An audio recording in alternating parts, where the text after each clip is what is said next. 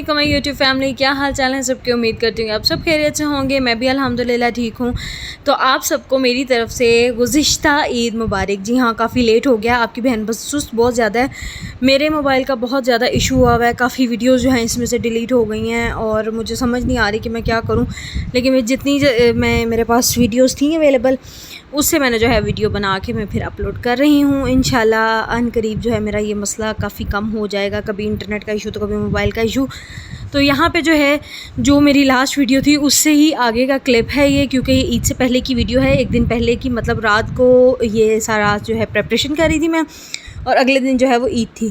जी हाँ, मैंने बनाई थी खीर और साथ मैंने जो है वो लहसुन अदरक जो है वो मैंने पेस्ट बना कर रखा था, क्योंकि लहसुन जो है वो बहुत बारीक आया था इस दफ़ा। तो मैं ना थोड़ा थोड़ा करके उसको पानी में ऐड करके, तो रोज़ का मैं थोड़ा थोड़ा करके छील रही थी कि जब खाना हम लोग बनाएं तो वो आसानी से बन जाए। क्योंकि बड़ी ईद पे आपको पता है कि मोस्टली गुज़रता ही किचन में है, तो जितनी जल्दी खाना पक जाए उतना ही अच्छा होता है। उसके लिए फिर तैयारी ज़ाहिर है आपको उस हिसाब से करनी पड़ती है।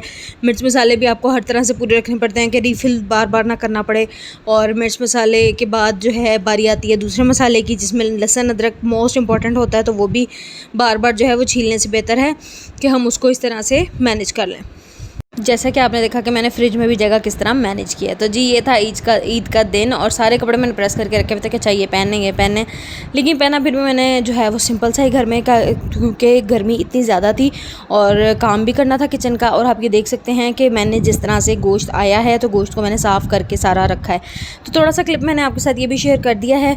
तो आप देख सकते हैं कि कुछ लोग हमारी फैमिली में ही ऐसे लोग हैं कि जी गोश्त आया है उसको फ़ौरन जो है फ्रिज में रख दो, बाद में देखा जाएगा साफ़ करने के टाइम पे। लेकिन मेरी कोशिश होती है कि जब जैसे ही गोश्त आए तो हम साफ़ करके रखें, क्योंकि बहुत ज़्यादा बिज़ी चल रहा है। तो मैं ये नहीं कहती कि हर कोई जो है वो जानबूझ के करता है, मैं साफ़ कर लेती हूँ तो कोई और क्यों नहीं कर सकता।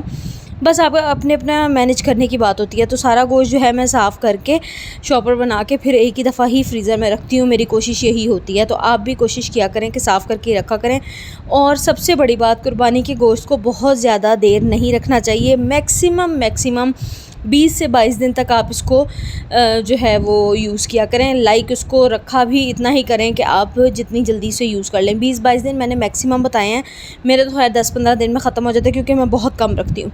अच्छा, यहाँ पे आज के मैं आपके साथ शेयर करने लगी हूँ करेलों की रेसिपी। ये बहुत ही आसान रेसिपी है। इसमें मैंने लहसुन अदरक प्याज इवन के करेले भी मैंने काट के धो के रख दिए थे, वो भी मैंने ऐड कर दिए हैं। दही है और गोश्त है, यानी ये 1 पॉट रेसिपी अगर इसको हम कहें तो ये 1 पॉट रेसिपी है। तो आज मेरे घर में थी दावत। ईद के पहले दिन ऐसा कोई इतना ख़ास हमारा दिन नहीं था, बस नाश्ता किया। नाश्ता करने के बाद सबसे हम जो है वो नेबर्स से जाके मिले और गोश्त वगैरह जितना बांटना था जो बांट दिया। और फिर ईद के दिन हम इनके कज़न की तरफ जो है वो डिनर था, तो वहाँ पे हम चले गए। तो वहाँ पे एक डिश मैंने खाई जो कि मुझे बहुत अच्छी लगी, तो आज मैं आपके साथ वो भी शेयर करूँगी। और ये है जी ईद के दूसरे दिन का व्लॉग। और ईद के दूसरे दिन में सुबह नाश्ते पे भी हम लोग इकट्ठे थे, लेकिन ऐसा कोई प्रॉपर दावत नहीं थी। लेकिन 2-3 जो है इनके फ्रेंड्स इकट्ठे हो गए थे, तो उन्होंने नाश्ता किया। उसके बाद दोपहर में भी खाना था और रात में भी खाना था। तो बैक टू बैक जो है वो मुझे तैयारी करनी थी। तो मैंने सबसे पहले जो है वो एक साथ जो है मैंने दही फुल्कियाँ रेडी कर ली थी, साथ मैंने जो है सैलड भी काट के दोनों जो है ना मतलब लंच और डिनर का इकट्ठा मैंने सेट करके रख दिया था। अच्छा, यहाँ पे मेन्यू की मुझे समझ बिल्कुल नहीं आ रही थी, क्योंकि मेरे हस्बैंड जो है वो गोश्त बिल्कुल भी शौक़ से नहीं खाते। तो मुझे ऐसी चीज़ें रखनी पड़ती हैं कि साथ जो है वो खा लें। मीन्स कि अगर किसी सब्ज़ी में अगर मैंने बनाया हुआ हो गोश्त, तो गोश्त नहीं खाते, वो सब्ज़ी खा लेते हैं। तो इसीलिए मैंने जो है प्रेफर किया कि मैं करेले गोश्त बना लूँ। साथ मैंने जो है आलू कीमा बनाया था रात के लिए। दोपहर में मैंने आलू कीमा नहीं रखा था, और रात में मुझे बनाना था बीफ पुलाव, और दोपहर में मुझे बनाना था चिकन का पुलाव। तो दोपहर में मैंने चिकन का पुलाव के साथ रखे थे बीफ के चपली कबाब, और रात में मैंने जो है बीफ के चावलों के साथ मतलब बीफ के पुलाव के साथ रखे थे शामी कबाब।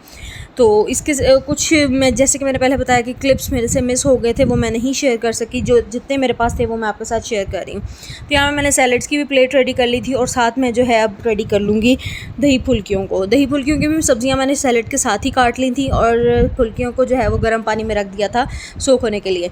तो जिससे मेरे चैनल को सब्सक्राइब नहीं किया, जल्दी से आगे चैनल को सब्सक्राइब कर लें बेल आइकन के साथ, ताकि आगे भी अच्छी से अच्छी वीडियोज़ आपको मिलती रहें। यहाँ पर मैंने 20 से 25 मिनट कुकर चला के तो उसको मैंने खोल के अब इसको मैंने भूनने के लिए रख दिया। और यहाँ पे जो दूसरी रेसिपी मैं आपके साथ शेयर कर रही हूँ वो है जी हरी मिर्च गोश्त।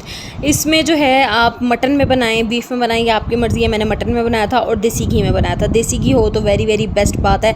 ये मैंने जो रात को हमारा डिनर था, मैंने वहाँ पर ये रेसिपी खाई थी और मुझे इतनी अच्छी लगी थी कि मैंने डेफिनेटली जो है उनसे मैंने रेसिपी पूछी और मैंने आके जो है फटाफट ट्राई कर ली। और ये इतने मज़े का बना था, मीन्स कि आप जो मुल्तान वाली साइड पे रोश वगैरह खाते हैं ना, सेम ये वो टेस्ट था। तो आप डेफ़िनेटली इस रेसिपी को ट्राई कर सकते हैं। और यहाँ पे जो है मैंने देसी घी में प्याज फ्राई होने के लिए रख दिया था।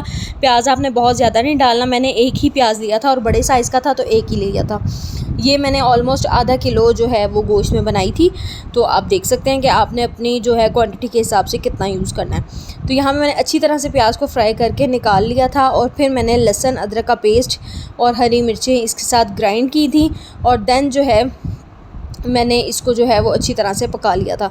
यहाँ पे जो है हमारे करेले जो हैं वो भी रेडी हो रहे हैं। अच्छी तरह से मैंने इनको भूनने के लिए रखा था, तो साथ मैंने ऑयल डाल के इसको अच्छी तरह से फ्राई किया। यहाँ पे मैं इसमें नमक मिर्च ऐड करूँगी, नमक, लाल मिर्च, हल्दी, सूखा धनिया, ये सब कुछ जाएगा, इसके अलावा कुछ भी नहीं जाएगा। तो ये इतने मज़े के करेले बन के रेडी होते हैं, ना फ्राई करने का झंझट है तो ना कुछ, और टाइम भी ज़्यादा नहीं लगता और बहुत जल्दी जो है वो रेसिपी तैयार हो जाती है। तो दूसरी रेसिपी जिस तरह कि मैं आपको बता रही थी, मैं आपको ओवरऑल जो इसका बता रही हूँ। लहसुन अदरक का ऑलरेडी मेरे पास पेस्ट था, लेकिन मैंने हरी मिर्चों के साथ उसको अच्छी तरह से फ्लेवर देना था। तो मैंने प्याज जो फ्राई किया हुआ था, लहसुन अदरक का पेस्ट और हरी मिर्चें, इसको अच्छी तरह से ग्राइंड किया। हरी मिर्चें मैंने 10 से 12 ली थी, लेकिन मेरी हरी मिर्चें बहुत ज़्यादा वो तेज़ नहीं थी, जिसकी वजह से मुझे थोड़ा सा जो है इसमें कुटी हुई लाल मिर्च डालनी पड़ी थी। लेकिन कोशिश करें कि आप सिर्फ हरी मिर्च के साथ अगर इसका मसाला रेडी करें तो वो बहुत अच्छा बनेगा। यहाँ पे आप देख सकते हैं करेलों की कंडीशन। मुझे सबसे ज़्यादा टेंशन ये थी कि गोश्त गल जाए, लेकिन गोश्त जो है वो पहले गल नहीं रहा था। 2 से 3 दफ़ा मुझे वेट चलाना पड़ा था, लेकिन अब अल्हम्दुलिल्लाह वेट जो है वो आके तो गोश्त जो है वो गल गया था। और सबसे पहले जिसने मेरे चैनल को सब्सक्राइब नहीं किया, जल्दी से जाके चैनल को सब्सक्राइब कर लें बेल आइकन के साथ, ताकि आगे भी अच्छी से अच्छी वीडियोस आपको मिलती रहें। और मुझे आपने लाजमी बताना है कि आपकी ईद कैसी गुजरी, किचन में मेरी तरह मसरूफ़ गुजरी या आराम से गुजरी। तो डेफ़िनेटली आपने मुझे बताना है। और जैसे जैसे अब जो है वो करेले भूने जा रहे हैं, तो साथ में जो है वो अपने दही फुल्कियाँ भी रेडी कर लेती हूँ। यहाँ पे जो है मैं चीनी लाजमी डालती हूँ। दही में चीनी, नमक और चाट मसाला डाल के मिक्स कर लिया अच्छी तरह से। और इसमें मैंने जो सब्ज़ियाँ काटी थी, प्याज, टमाटर, हरी मिर्चें, और यहाँ पे फुल्कियाँ जो मैंने की हुई थी गर्म पानी में सोक की हुई थी, वो भी डाल दी, क्योंकि मैंने निचोड़ लिया था इनको पहले। और साथ इसमें मैंने ऐड की हैं चने। जी हाँ, ये भी मेरी जो है वो रेसिपी रेडी हो गई है। ये मैंने ऑलमोस्ट इतनी बनाई थी कि मेरी दोनों टाइम चल जाए, यानी 2 बाउल्स थे ये। एक ज़रा ज़्यादा था, एक थोड़ा कम बना था, तो इसी तरह से जो है मेरा मैनेज हो गया था। मैंने बड़ा बाउल एक रेडी कर लिया था इसका। तो ये अच्छी लगती हैं चीज़ें इस तरह की पड़ी हुई हो। और बाकी जो होती हैं रेसिपीज़ के बहुत ही हैवी किस्म की, स्टीम रोस्ट और रान और ये सब कुछ, सच में ऐसा कुछ नहीं करती, क्योंकि मैंने जैसे पहले बताया कि मेरे हस्बैंड को पसंद ही नहीं है, तो फिर मैं इन चीज़ों की तरफ आती ही नहीं हूँ। वो चीज़ बनाती हूँ जो वो इजीली खा लें। तो यहाँ पे जो रेसिपी मैं रेडी कर रही थी हरी मिर्च गोश्त की, वो आप देख सकते हैं कि इस तरह से मसाले को मैंने कर लिया था। इसमें मैंने थोड़ी सा जो है 1-2 मैंने लौंग डाल दिए थे और साथ मैंने मोटी इलायची डाल दी थी। मोटी इलायची आप ना भी डालें तो काफ़ी है। और यहाँ पे अच्छी तरह से मैं इसको भून रही हूँ। भूनने के बाद इसमें पानी ऐड करके फिर इसको मैं कुकर चलाऊँगी, उससे पहले इसका कुकर नहीं चलाऊँगी।